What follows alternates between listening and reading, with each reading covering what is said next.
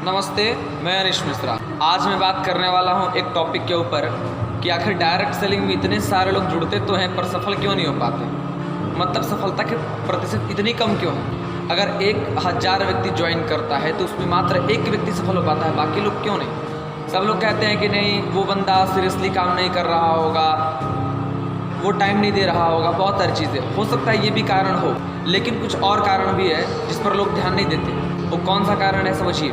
सबसे पहले direct selling company के पास खुद का सिस्टम होता है जिसमें प्रोडक्ट कैसे लेना है, इनकम कैसे बनेगा, कैसे ट्रांसफ़र होगा, मैनेजमेंट की सारी व्यवस्था होती है। पर जो नहीं होता वो डायरेक्ट सेलर के ग्रोथ के लिए विशेष योजना नहीं होती कि वो बंदा किस तरह के परिवेश से आया है, किस तरह की उसकी पारिवारिक स्थिति है, उसको किस चीज़ की कब आवश्यकता है, ये कोई योजना बनाता नहीं और होती भी नहीं।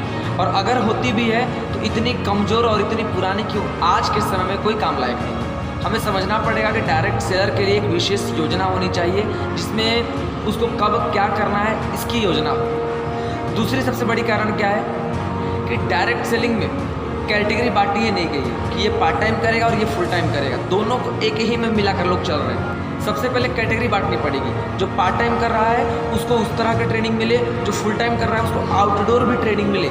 महीने में 2 से 3 दिन 4 दिन उसको बाहर भेजा जाए और उसको विशेष ट्रेनिंग दी जाए ताकि वो व्यक्ति जल्द से जल्द सफलता प्राप्त कर सके। इसके बाद डायरेक्ट सेलिंग में एक और सबसे बड़ी समस्या है। लोग कहते हैं कि डायरेक्ट सेलिंग का प्रोडक्ट महंगा होता है। मैं ये नहीं कह रहा हूँ कि डायरेक्ट सेलिंग का प्रोडक्ट महंगा होता है, परंतु डायरेक्ट सेलिंग का प्रोडक्ट बहुत बड़ा होता है।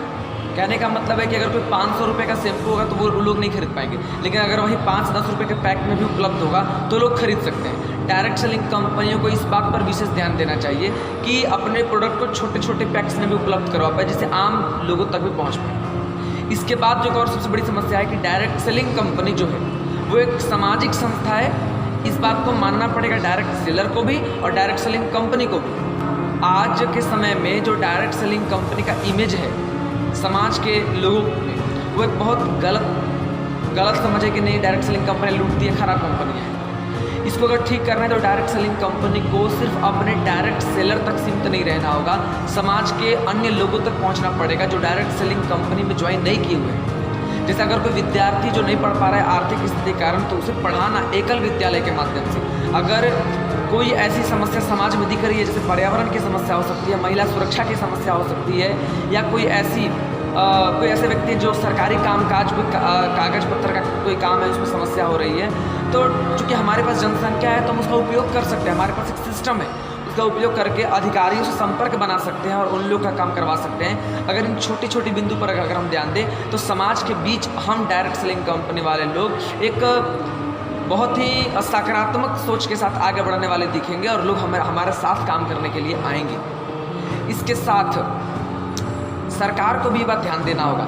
डायरेक्ट सेलिंग कंपनी जो व्यक्ति ज्वाइन करता है उसको कोई व्यक्ति धमकी देकर चला जाता है, कोई भी कानूनी केस करके चला जाता है, कुछ भी करके चलाता है, इस पर कोई बोलने वाला नहीं आता। डायरेक्ट सेलर खुद अपने स्तर से जो प्रयास कर पाता है वो कर पाता है। न कंपनी उस पर विशेष ध्यान दे पाती है और ना ही सरकार।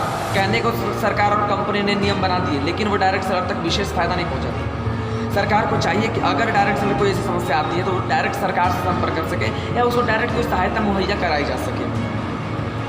अगर इन सारी बातों पर जल्द से जल्द ध्यान नहीं दिया गया तो डायरेक्ट सेलिंग में तो फिर चल ही रहा है और लोग ऐसे ही बर्बाद होते रहेंगे और कंपनी बदनाम होती रहेगी। एक और बहुत सारी कंपनियां कहती हैं कि हम पर्सनालिटी डेवलपमेंट क्लास करवाते हैं। खाक वो पर्सनालिटी डेवलपमेंट क्लास करवाती, कुछ नहीं करवाती। पर्सनालिटी डेवलपमेंट के नाम पर बस लोगों को ज्वाइन करवाती है और बेवकूफ़ बनाने का काम करती है। मैं ये नहीं कह रहा हूँ कि वहाँ के काम कर रहे लोगों के पास ये योग्यता नहीं है दिलवाने की, है योग्यता, परंतु उनमें वो सोच नहीं सामाजिकता कि सामाजिक विकास कर सके, समाज के लिए काम कर सके, ये सोच नहीं है।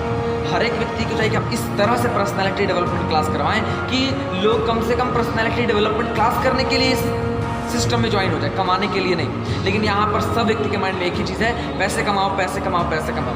मैंने पहले भी एक वीडियो बनाया था जिसमें मैंने कहा था कि अगर सिर्फ पैसे पर ध्यान देंगे तो जीवन में कभी भी डायरेक्ट सेलिंग बहुत ऊपर नहीं बढ़ पाएगी। ध्यान रखें, अगर इन सारी बातों पर जल्द से जल्द ध्यान नहीं दिया गया तो फिर डायरेक्ट सेलिंग गर्त में जा रहा है और गर्त में चला जाए और इसमें ज़्यादातर लोग सफल नहीं हो पाएंगे। तो बस मेरा आप लोगों से सबसे यही निवेदन है कि कृपया कर डायरेक्ट सेलिंग बहुत शानदार बिजनेस है, इसमें वो पोटेंशियल है कि ये बहुत सारे लोगों को रोज़गार दे सकता है, बशर्ते इसमें सकारात्मक सोच के साथ आएँ और इसको सकारात्मक सोच के साथ ही आगे लेकर के जाएँ।